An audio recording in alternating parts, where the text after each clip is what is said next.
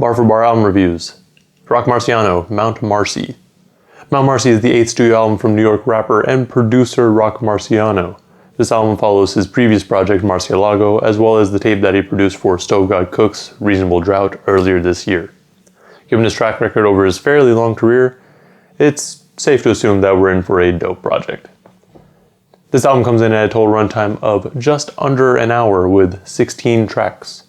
But before you rush out to go listen to it on your favorite DSP, you should note that it's currently only available through Marci's website for a cool $40, but it'll be on DSPs eventually. Normally, I wait for it to show up on streaming, but everything I've heard from people just around him and who have listened to it already made me impatient. But I will have to say it's definitely worth it. One of the biggest things that I've noted while listening to this project in particular was the instrumentals. They're similar in style to what Roc Marciano normally does, but they're a little weirder at times. So we start off with the intro, allegories. An allegory is a story or poem that can be interpreted to reveal a hidden moral or political meaning. This track or intro is meant to fully set the tone for the album and to let the listeners know that this album is going to be a story that maybe isn't true, but it isn't false either. I took this mostly just that it's maybe based on a true story. We then get into the album proper with the track Downtown 81. This track is actually one of the only ones not to be produced by Roc Marciano, but instead Jake One. This title at least, is a direct reference to the film Downtown 81 starring Basquiat, where they explore the downtown New York art scene in 1981. This track doesn't really go into that part as much as talking about the things that he may have done while downtown. It's a pretty braggadocious track where it feels like he's just kind of showing off. That works a little bit more with the line about Kobe doing Jalen Rose dirty and scoring 81 points on him against the Raptors in 06. He's telling you that he's just better than everyone else, really. This track is really where we start to see the story or theme of this album begin to form. So we're going to be seeing a lot of braggadocious talk, drug dealing, and airing people out. Just like on the next track, COVID Cough, featuring Schoolboy Q. On COVID Cough, we have a couple of lines before we get to the verses proper. Basically, it's just saying dudes will play around until they're outnumbered. Roc Marciano's verse sounds like he's pulling up on someone and reminding them to stay in their place and stay in their lane. You can't really throw shade on someone that's objectively, in their minds, better than you. Marci reminds him that his days are short and they could very easily take him out if need be. Schoolboy Q's verse is similar in context, where he's talking to someone or a group of people that don't love him like the wind do. His verse leans more into the idea that there's this person that's trying to jack his style and take credit for his accomplishments, or say that he was involved in some way.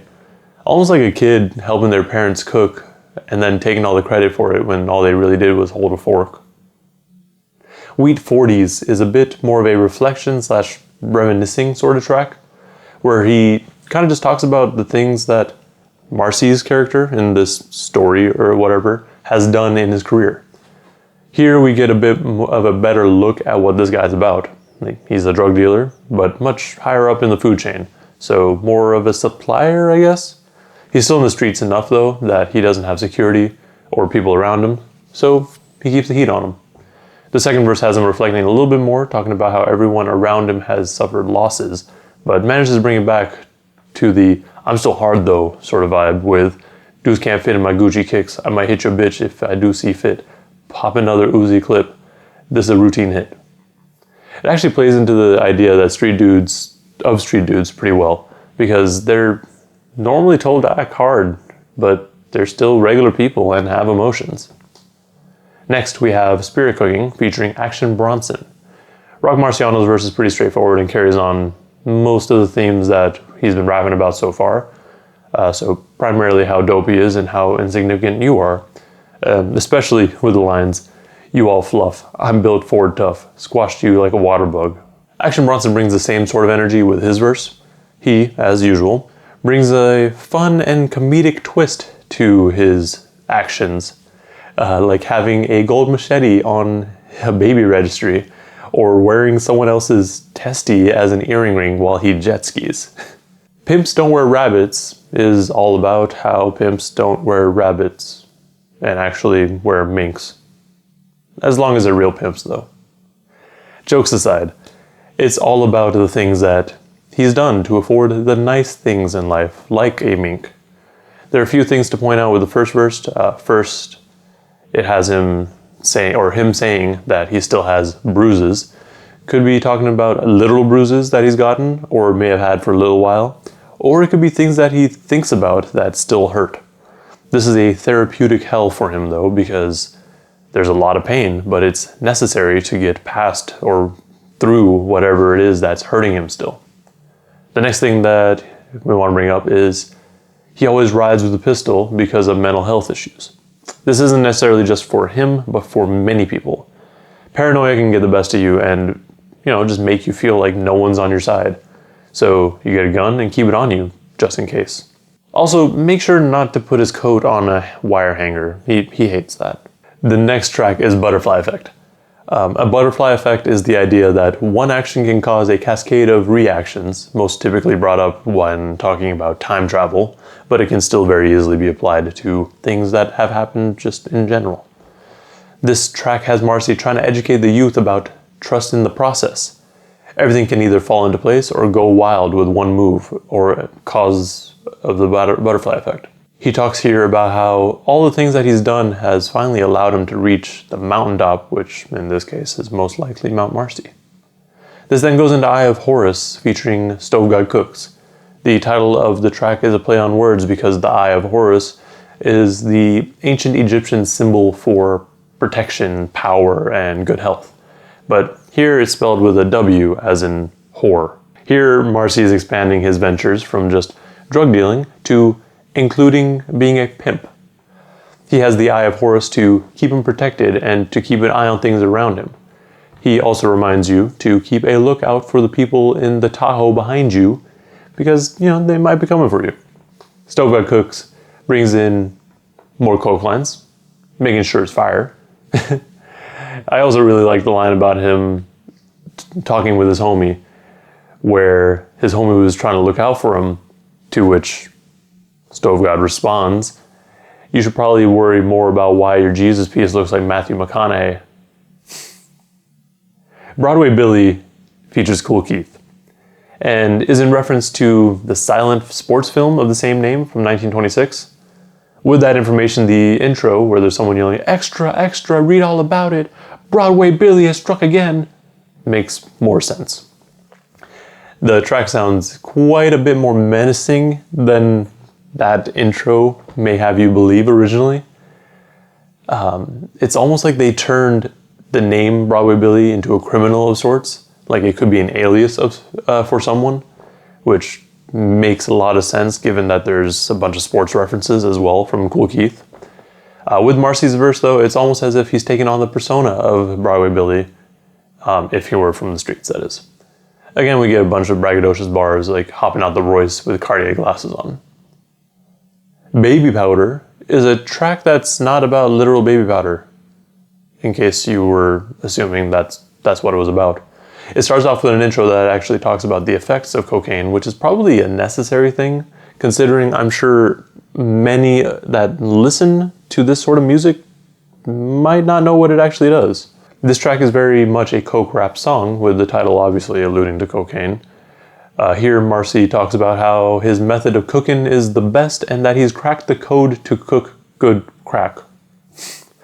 He also talks about how he's able to go on vacation to Waikiki because of the money he's made, but still manages to bring up the fact that nothing's free in life and in the industry.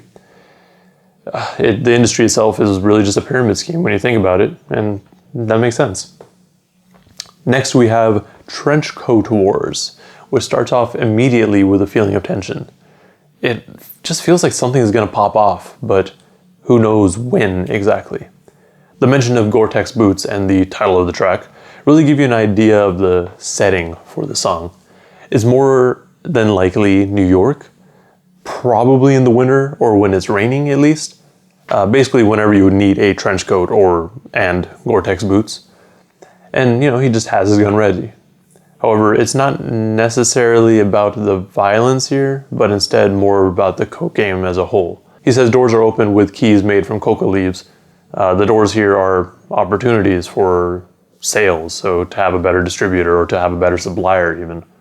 He always has to keep himself safe though, which is why he has the guns on him. Wicked Days is an interesting track featuring Trent Truce. It's definitely one of the weirder songs on this, where we have almost what sounds like someone going crazy or possibly under the influence of something.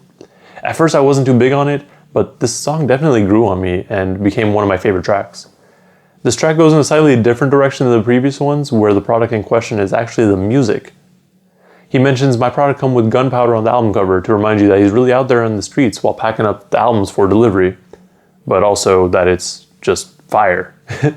He also says, if rapping wasn't still fun, I'd be done with it, which is always a good thing to hear from an artist because, why would you want to keep doing what you're doing if you're not having fun with it? Especially if it's not like a regular 9-to-5 sort of thing. Garbage Pail Kids is a play on Garbage Pail Kids, which were these trading card stickers, mostly to parody other popular toys and such of their time, most often Cabbage Patch Kids. They're mostly meant to look a little bit more gross and were marketed towards young boys that didn't really care for all the cute toys. It sounds like this track was meant to refer to the youth that do things in the hood, but don't necessarily understand the consequences, like shooting up a church. Or they're just doing things that most people wouldn't do, like I said, shooting up a church. Crockett and Tubbs is named after two of the main characters from Miami Vice, Crockett and Tubbs. This song is another pretty braggadocious track with a bunch of evidence to back it up. The evidence here goes from having a black rollie with black ice to letting hundreds of slugs fly to spending $10,000 on glasses. The wordplay here is also pretty dope too, with I strategized to give my lady the jag to drive. Imagine taking jabs online. I just shifted the paradigm. My new bitch acid 9. Just thought of me after you wise. Shit's asinine. The album wraps up with the track Mount Marci.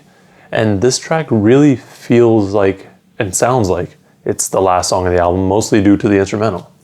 It feels like everything's being wrapped up, kind of like this is the conclusion paragraph to an essay that you would write in school.